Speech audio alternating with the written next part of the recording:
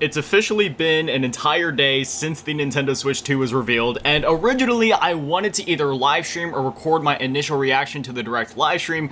However, yesterday with me living in Florida, it was extremely hot out, and I actually just last night got my window AC unit installed, which means that I won't overheat to death or suffer heat exhaustion in my own room anymore, which is pretty cool. For the last 5 years, it's just been a compilation of me laying in bed, gripping my soul, hoping I don't die of heat exhaustion tonight. So yeah, despite the fact that that happened and I couldn't sit in my own room to watch it, and I was literally just huddled in the coldest room in my house watching it on my phone, I still really enjoyed it, and I still cried, and my jaw still dropped multiple times, and I took some notes along the way of just some things that I kind of wanted to touch on in this video. So I guess before we go into like my initial reactions and thoughts about all this, we'll just kind of go through some of the notes that I took. So first things first, they didn't even open up with the hardware, they opened up with a new Mario Kart game called Mario Kart World. Now, we obviously already knew that we were getting a new Mario Kart, and honestly, I was just expecting it to be another Mario Kart experience. You know, you got different tracks, karts, maybe some more customizability options and such in the game, maybe some more characters and expanded roster. Maybe they go the Super Smash Bros. Route where they really open it up and add even more characters to the game, but that is not what they did at all. They instead decided to take a Forza Horizon approach, and essentially we have an open world Mario Kart game where there's designated Mario Kart tracks inside of the world that were obviously intentionally created to just be Mario Kart tracks, but then nicely fitted into this world where you have all of these, oh gosh, how do you even want to explain it? They have different circuits throughout the world, right? They have like a snowy section, like a foresty section, just like a normal like countryside section, and essentially you have all these tracks inside of these sections of the world, but you can drive between these different sections of the world to access these different circuits and different races, and you can even get it set up in the one mode to where you drive to these different like sets of courses throughout the world, and it's a race in itself to get to the next course. It's such a, on the surface, I guess, somewhat simple idea, yet it's really innovative all at the same time. I was honestly just stunned the whole time I was watching it. Not to mention how amazing the game looks. You know, Nintendo always knocks it out of the park when it comes to their art style. That's why games like Super Mario World and Donkey Kong Country from the 90s on the Super Nintendo still look like they could have been released today. You know, obviously they're not going for the most realistic graphics in the world, but it's all about the art style, and that's why their games always just look amazing and are timeless. Beyond all that, we did learn about the hardware after learning about Mario Kart World, where they showed off that the system will support 4K, 120Hz. The screen is going to be a 7.9-inch LCD, so it will not be an OLED like we got with the Switch OLED. I'm assuming we'll probably get a Switch 2 OLED down the line, which that was probably to save cost because, well, we'll get into the cost of it later. But, yeah, again, 7.9-inch LCD, 1080p, and it will be a 120Hz screen, which is pretty impressive. 1080p, 120Hz. Apparently, there's going to be, I think it was for Metroid Prime 4, they said there'll be like a 4K 60 quality mode and then a 1080p 120Hz performance mode. Like, we're talking about Nintendo here. This is, you know, I love the Nintendo Switch. It's an amazing system, got amazing games on it. Breath of the Wild, Mario Odyssey, Tears of the Kingdom, you know, the list goes on and on. But it's no surprise, or it's no secret that that console wasn't the most powerful thing in the world, so seeing this kind of performance from the Nintendo Switch 2 is, in a sense, unprecedented, but at the same time, you know, we got the Series X and PS5 5 years ago now. Can you believe that? 5 years it's been since the new generation started.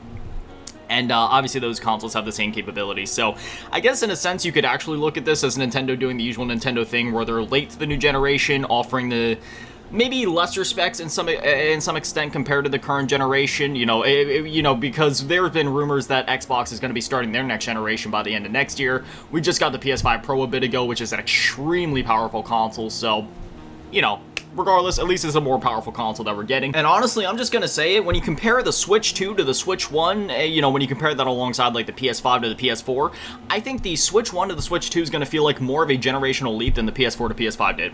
That's just my opinion anyway. We'll see when we actually get the console, of course. They also mentioned that this will come with faster storage, as you would expect with this generation, and the device will come with 256 gigs of storage, so I'm assuming that it's going to be similar to the Switch, where normally if you'd have like a almost 100 gigabyte game on Nintendo Switch, somehow it gets shrunken down to like a fraction of that on Switch 2, so we'll see how all that plays out. We also don't know exact specs for this system, I don't think. I was looking around, I couldn't find exact specs on anything yet, so we'll see. It's also worth mentioning that normal SD cards won't work, so the one you have with your Switch 1 right now will not work. You have to use an Express SD card, which is a faster model of SD card.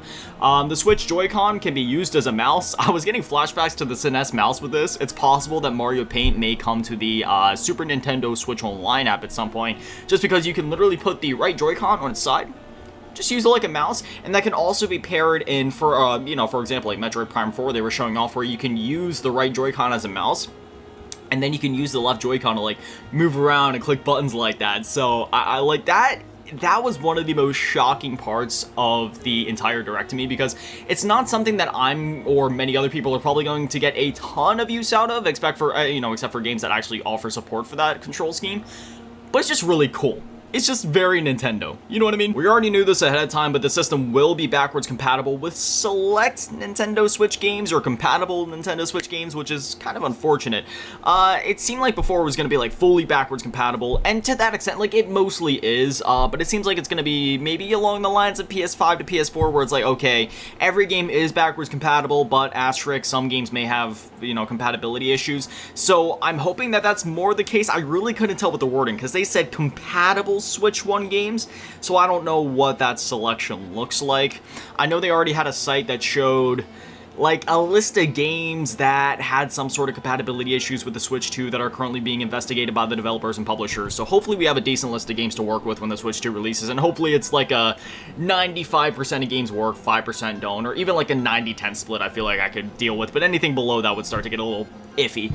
They also announced that there will be Switch 2 enhanced games, however, unfortunately, it will not be a cheap upgrade path. So if you're looking for a simple free update, or even maybe like a $5 to $10 conversion, you're not getting that here. You're gonna need to spend, it's seeming like it's gonna cost about $20, maybe 10 to 20 bucks per game, depending on the game. Apparently some games will have free Switch 2 updates, but at least for the first party ones, for example, they're reselling Breath of the Wild for like $70, I think.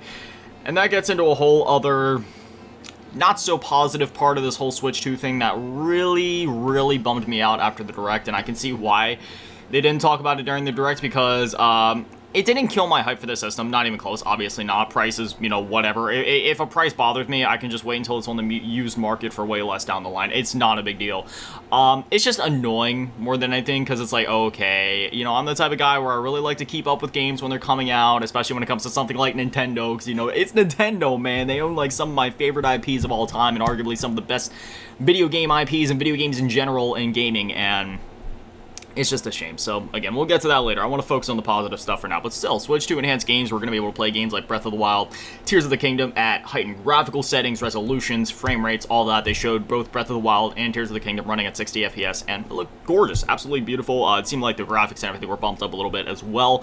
So, it seems like we're going to have a Series X boost / PS5 boost situation here, where some last-gen games will get that boost. Again, some games may have free updates, but then there will be some that just kind of charge you for it outright. So, you know, take what you can there. They also announced that we will finally have supported voice chat on the system. Obviously, you could do voice chat before via the Nintendo Switch Online app, but now it'll just be integrated into the system, to where the system itself will have a microphone built into it, similar to how the DualSense controller has a microphone in it. In this sense, it'll actually be the tablet itself that has the microphone in it, and they were showing some impressive technology where even if you're on the other side of the room, it can cancel out other noise and just pick up your voice and feed that through to the other people that you're talking about. I've never seen anything like that. Then again, I don't talk to people, so I'm not in the loop when it comes to this technology, so maybe this is something that's been around for a while and I just didn't realize it. They also showed off the official Nintendo Switch camera, which can be used for not only video chat, but specific games will actually utilize your camera footage. So say, for example, you're sitting there and you're playing Mario Party, and you know, it's just you and your friends playing, you're making some goofy faces or whatever. It'll like show up in-game aside your player character. So I thought that was pretty cool. Something I'm not really personally going to use, because again, I'm mainly just a solo gamer, but it's still a cool feature nonetheless, especially, you know, if you're like playing with your friends or family or couples or whatever. You know, really cool to see stuff like that, and definitely an unexpected feature. And from what I was understanding, you're going to be able to play with up to 3 other people in a party at a time, so a total of 4, so there's that. They also showed off game sharing, which is pretty cool, because not only locally, but if I was understanding correctly, even over the internet, you can game share with people now, which is pretty cool. It's basically kind of like letting them borrow a game, where they borrow it for a bit and then it automatically gets returned to you after a select amount of time. However, during the time that it's lent out, you cannot play it, so there's that. But then there's also basically DS download play coming back, where if you have friends that you want to play a game with and the game supports the download play feature, it works just like it did back in the day on the DS. You know, if it's like Mario Kart and you want to let them download the game for a minute, they can download it, join your game, and play alongside you. And I thought that was so cool. Obviously, they can't keep the game after the fact. Once they get disconnected from you, that'll be that. But still, the fact that they brought that back, very unexpected, but very appreciated, and kind of softens the blow. And maybe that's part of why the games went up in price, to make up for that feature. But at the same time, it's like, okay, but was it really worth it then, man? I don't know. So, like, I don't know. It's a lot of positives and a few negatives. The positives are still outweighing the negatives, I will say, because the only negatives I really have are the price. I have no other complaints with Switch 2 besides some of the prices. And since I've been talking so much about price, why don't we just talk about it now? The console itself will cost $449.99. That's not a big deal. And then there's going to be the digital, or there's going to be another edition that includes a digital copy of Mario Kart World for $499.99. It's not a big deal. $450 for the base console, $500 if you want to get Mario Kart World with it, which would save you about $20 or so when you would buy the game on its own. Actually, no, it would save you $30 because, yeah, Nintendo games are now going to be $80. And there's been some reports that some physical games will actually be $90. I don't know if those were actually confirmed by the company or if there's been actually any listings. It's just something that I saw. But still, even if it doesn't go up to $90, still $80, man. $80? Really? Like, here's the thing. It was inevitable that games were going to go up in price, right? Especially when you account for inflation. $80 today is probably nothing like, you know, $60 back then. And even though Trump's doing his dangdest to, you know, fix the economy or whatever they're doing, I don't keep up with politics. All I know is that Trump's been talking about, like, bringing down inflation or whatever. He's only been in office for a few months, so obviously inflation's going to take a bit of time to come down, which also means that everybody's just kind of still so much strapped for money in the world. So regardless of your financial situation, it's still kind of like, $80 game. It makes you think a little more before you buy it. And for a lot of people, especially folks that are less fortunate, not only in the United States, but I mean, you know, just other countries in the world, because this price hike applies to other countries in the world. A lot of other countries in the world outside of like a well, what do you want to call it, like a first world country, or just countries that aren't as well off financially. I mean, I'm expecting game sales to not dramatically go down, but there's probably going to be more of a delay for some games before sales spike, at least when it comes to specific countries, or maybe we see a decline in sales overall in certain countries. Again, I'm not saying this will spell the end for Nintendo, or it's really going to hurt them financially, because they wouldn't do this move if they didn't think they could afford it. I'm just saying overall, it's really going to hurt the consumer more than anybody else, like very specific consumers. And if there's one thing that I've learned in all of my years of like studying marketing, and, you know, running certain businesses and like helping other people out with their businesses and stuff when it comes to just dealing with consumers and such, you always want to at least try to appeal to the lowest common denominator. You don't always want to apply, or you don't always just want to appeal to the absolute top of the food chain, the people that will give you the most money, you know what I mean? Because even though, like, yes, those can be important, it's sort of like putting all your eggs in one basket when you just try to appeal to the highest end of the market. Whereas if you spread you spread your eggs out evenly throughout the market to some of those folks that aren't as fortunate, then you get, like, overall, it's just a safer bet, and it's just a nicer environment for everybody. So hopefully not every game will be $80. Maybe we see it like how they did with Tears of the Kingdom, how that game was $70, but we still had a game like Mario and Donkey Kong, even though that was just a remake, just bear with me here, that came out at like $50, you know what I mean? So hopefully we'll have some variety there, and if that ends up being the case, then okay, I'll shut up. But beyond all that, they showed off a ton of third-party games coming to the system. In fact, I have a whole list here.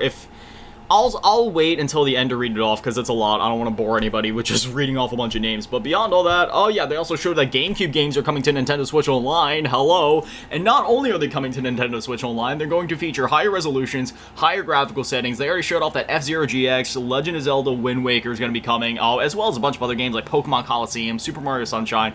There's a whole list of games that'll be coming to the service at some point. Mario Strikers was in there. Like, when I saw that was one of those announcements that made me simultaneously tear up and just had my jaw drop the entire time, because even though I'm a physical collector, I already have a GameCube and all that. I have multiple ways to play GameCube games. I got the Wii, the GameCube, the modded Wii U, which can actually run GameCube games. I'm good. If I want to play Wii, or if I want to play GameCube, I got ways to do it. But for the folks that either aren't as fortunate to be able to collect a bunch of video games, or folks that just haven't maybe they're younger, they just don't even know about the GameCube, haven't heard of these games before, just haven't had a way to play these games. It's just always awesome from that perspective that a whole new generation and a whole new audience of people is going to be able to experience these games, and it just makes me so happy, and I'm jealous for them because they're going to be able to experience these amazing games again for the first time. And just like all the other Nintendo Switch Online apps, they're obviously going to be like updating it over time, adding more and more games, so I'm really excited to see how that shakes out, as well as all the other Nintendo Switch Online apps, just to see like how they support those over time. So beyond all that, as I said before, they did show off a ton of games. I feel like we kind of talked about everything that we needed to with the hardware, so we can get into some of the games. Already covered Mario Kart World. Kirby Air Riders, a sequel to the GameCube game, finally coming out, and it is being directed by Masahiro Sakurai. They also showed off Donkey Kong Bonanza, the first 3D Donkey Kong game since Donkey Kong 64. And not just that, it's the first Donkey Kong game since Country Tropical Freeze on the Wii U back in 2014. So it's been over 11 years since we had a Donkey Kong game, period. He's been in games, but he hasn't had his own game since then. So that was another one of those announcements that just, oh man, that got me so excited. I'm so excited to get that game, man. And they have like a new design for Donkey Kong as well. You know, it seems like ever since the Mario Bros. Movie, Nintendo has just been branching out when it comes to not only their art designs, but just in general, right? Like their style of doing everything. Like, it seems like they have a new default style for their characters, but they're also just branching out more in general and giving different looks to their characters while still retaining the essence of who those characters are. You know what I mean? So no matter how you slice it, I'm so glad that DK is finally getting another game, and not just another game, but a 3D platformer once again. Again, the first one since DK64, and it looks absolutely amazing. But beyond all that, I guess now we can go ahead and talk about all the games that were shown off, as well as their release dates. So if you aren't in the mood to hear me just rattle off a whole bunch of game names, you can skip ahead a little bit, but otherwise, strap in. You ready? All Games 2025. We have June 5th is going to be the Nintendo Switch 2 launch day. Arcade Archives 2 Ridge Racer, Bravely Default Flying Fairy HD Remaster, Cyberpunk 2077 Ultimate Edition, Deltarune includes chapters 1, 2, 3, and 4, Fast Fusion, Fortnite, Hitman World of Assassination Signature Edition, Hogwarts Legacy. This is going to be like a more beefed up version of the game, you know, higher resolution, frame rates, etc., because the game was already on Nintendo Switch, but it was obviously a more pared back version of it. Kunitsugami, Path of the Goddess, Mario Kart World, Nintendo Switch 2 Welcome Tour, which is going to be like the Switch 2's version of Astro's Playroom, for example.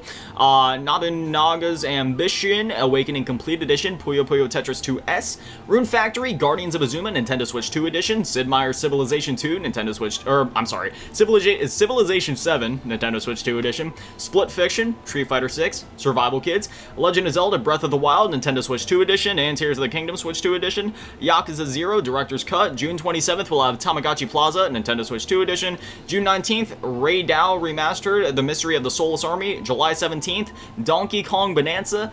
July 18th, Shadow Labyrinth, Switch 2 Edition. July 24th, Mario Party Jamboree, Switch 2 Edition, plus Jamboree TV.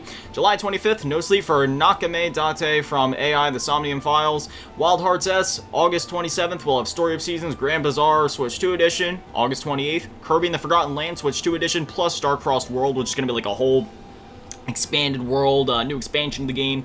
September 5th, Daemon X Machina, Titanic Scion. Summer 2025, Drag X Drive, Tony Hawk's Pro Skater 3 and 4.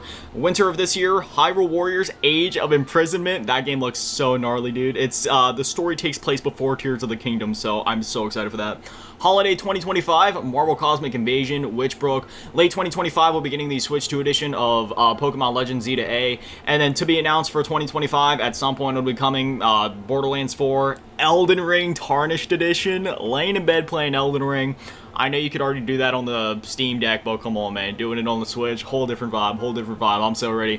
Goodnight Universe, Hollow Knight Silksong, Kirby Air Riders, Metroid Prime 4 Beyond Switch 2 Edition, Professor Layton in the New World of Steam, Reanimal, Star Wars Outlaws, 2 Point Museum, which that is worth noting. We're going to be getting more third-party support from some of those studios. Like, you know how Ubisoft barely put anything out on the Switch that was relevant to the last generation? Obviously, we got, like, Assassin's Creed, you know, like the Ezio trilogy and 3 remastered and all that, but They didn't really put anything out in terms of like Origins, Odyssey, Valhalla, because the Switch 2 or the Switch 1 probably would have exploded running that stuff. But maybe now we'll see those games come to Switch 2.